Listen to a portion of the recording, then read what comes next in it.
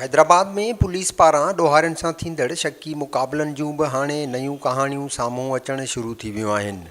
Market थाणे जी police त दावा पई करे त ॾोहारियुनि सां मुबैना मुक़ाबले में उन्हनि हिकु ॾोहारी खे ज़ख़्मी हालत में गिरफ़्तार कयो आहे, पर सिविल अस्पताल में ज़ेर इलाज ॾोहारी पुलिस जी दावा खे रद्द कंदे इंकशाफ़ कयो आहे त खेसि 9 मार्च ते पुलिस सां गॾु कमु कंदड़ प्राइवेट माण्हुनि तिलिक चाढ़ी वारे इलाइक़े मां गिरफ़्तार कयो ऐं DSP जे आफ़ीस मुंतक़िल करे 2 ॾींहं क़ैद रखण बैदि थाणे ते ई हाफ़ फिराए करे इस्पताल मुंतक़िल करे छॾियो आहे। ज़ख़्मी ॾोहारी अब्दुल मनान चांडियो टाइम न्यूज़ सां इंकशाफ़ कयो त हुन मार्केट थाणे ते मुक़ररु SHO मोहम्मद ख़ान बिरहमानी खे अञा ताईं ॾिठो ई नाहे।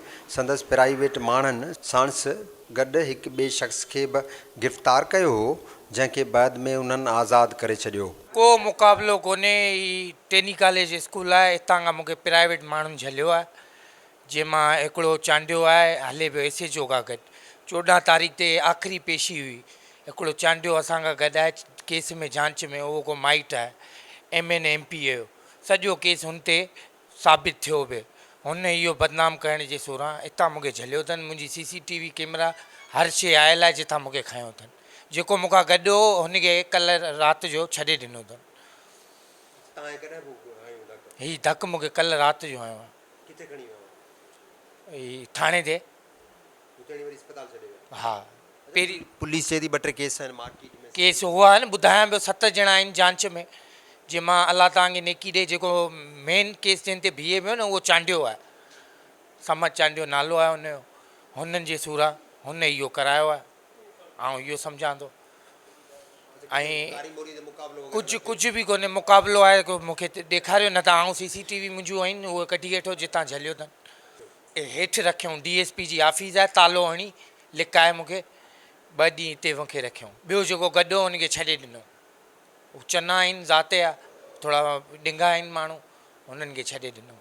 को मुक़ाबिलो कोन्हे। मुक़ाबले लाइ को सबूत हूंदो, ख़ाली मूंखे ई लॻंदी।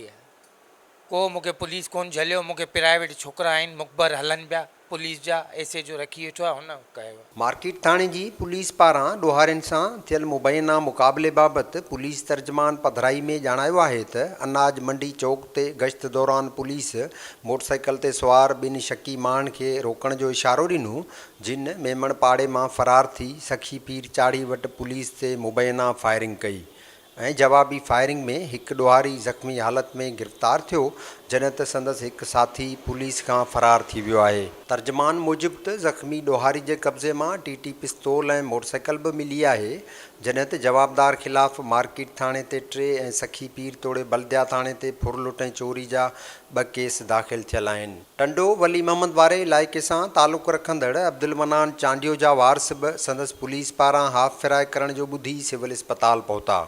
संदसि भेण ऐं भाउ ॿुधायो त अब्दुल मनान चांडियो मज़दूरी ते वियल हो, जितां हू पुरस्रार नमूने गुम थियो ऐं हाणे खेनि संदन पाड़े मां ख़बर पई त अब्दुल मनान चांडियो खे पुलिस ज़ख़्मी हालत में सिविल अस्पताल मुंतक़िल कयो आहे। वॾो कमु कंदो आहे क़ुर पाक। ऐं मवाली आहियां। पोड़ी जो सहारो इहो हो।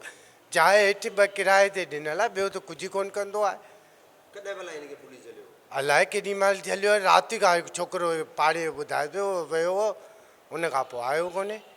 हींअर ॿुधायो हिकिड़े 2 पाड़े वारनि त छोकिरे खे गोली हणी छॾी अथनि। इहो छो आहे? अलाए मार्केट थाणे वारी हुई, छो कहिड़ी वजह, का ॻाल्हि, का मुक़ाबिलो, का पिस्टल हुजे हुन वटि। पुलिस चए पई त पोइ ॿुधायो सबूत हूंदो, माण्हू हूंदा, गवाह हूंदा, सभु कुझु हूंदो न साईं, त सभु ॿुधाईंदा। कारी मोरी असांजो पाड़ो आहे, टंडे में असांजो घरु आहे, सभु माण्हू ॿुधाईंदा। हूंदो ॾोहारी त गुनाहगार आहे, असां पंहिंजी हथनि खां फांसी ते चढ़ाए छॾियूं, पर उहा आई कोन्हे। हुते हिकिड़ो माण्हू बि चई वञे त असां ॾंढ भरण लाइ तयारु आहियूं साईं। ईअं त नाजाइज़ ई आहे, बेगुनाह जले कंहिंखे बि माना तंहिंमां गोली हणी छॾियो। ईअं एतिरो ई आहे। मवाली माण्हू पोड़ी जो सहारो इहो। जेतोणीक हैदराबाद में मौजूद हाणोके एसएसपी साजिद आमिर सदोज़ई शहर में अमन अमान जी सूरत हाल खे बहितर बनाइण लाइ हाफ फिराए फार्मूलो शुरू कयो, पर थाणनि ते मुक़रर एसएचओज़ पारां वरी सणभा थाणा बचाइण लाइ पुराणनि केसनि में नामज़ ॾोहारियुनि खे ॻोल्हण लाइ पंहिंजा प्राइवेट माण्हू मुक़ररु करे छॾिया आहिनि, जेके खेनि अहिड़े क़िस्म जा ॾोहारी ॻोल्हे ॾियनि था जिन खे हाफ फिराए करे एसएचओज़ एसएसपी खां तारीफ़ी सर्टिफिकेट बि वसूल पिया कनि। इन मरहले ते फ़र्द शनासी जी सखणी दावा कंदड़ हैदराबाद में मुक़रर पुलिस जे आला अमलदारनि खे घुर्जे त हू इन मामले जो नोटिस वठनि त जीअं थाणनि ते मुक़रर सिफ़ारशी एसएचओज़ ईमानदारी सां ड्यूटियूं सर अंजाम ॾेई अमन अमान जी ख़राब बणियल सूरत हाल खे बहितर बनाइण में पंहिंजो किरदारु अदा कनि। कैमरामैन न्याज़ मल्लाह सां गॾु इम्तियाज़ खोसो, टाइम न्यूज़ हैदराबाद।